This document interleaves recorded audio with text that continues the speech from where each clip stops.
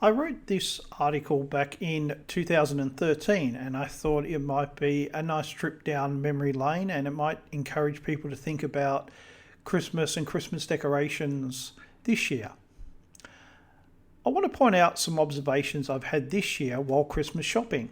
Wednesday, I caught the bus to Epping Plaza, a large mall in a nearby suburb. I wanted to do some Christmas shopping and get 1,000 copies of my post printed, which I put into letterboxes when I go walking.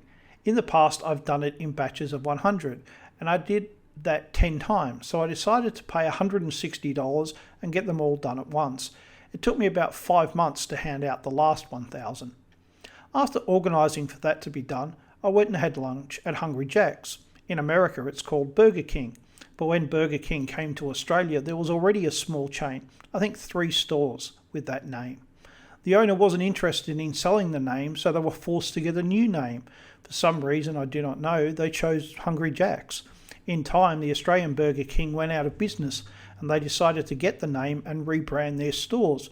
But Australians accepted Hungry Jack's as an Australian company, and it led to a drop in sales as Burger King took over. So now at Australian airports you'll find Burger Kings, but everywhere else in Australia they're Hungry Jack's, even though they're owned and operated by the same company.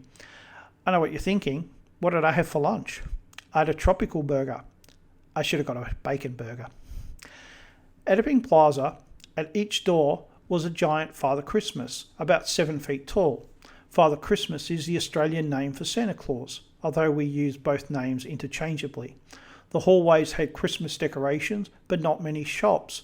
I took note of one store in particular not having any Christmas decorations, as a few years ago I complained to the store manager because they did have Christmas decorations in October.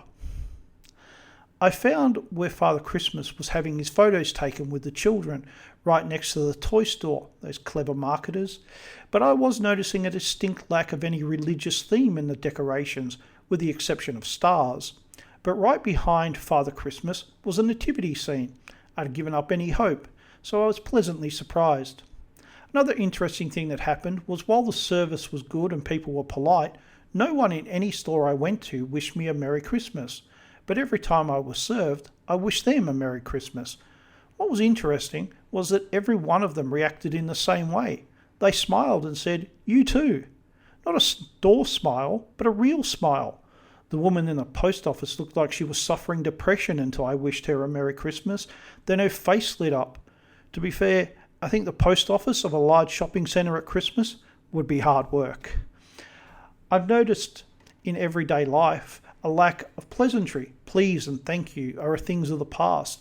That's not to say kindness or consideration are.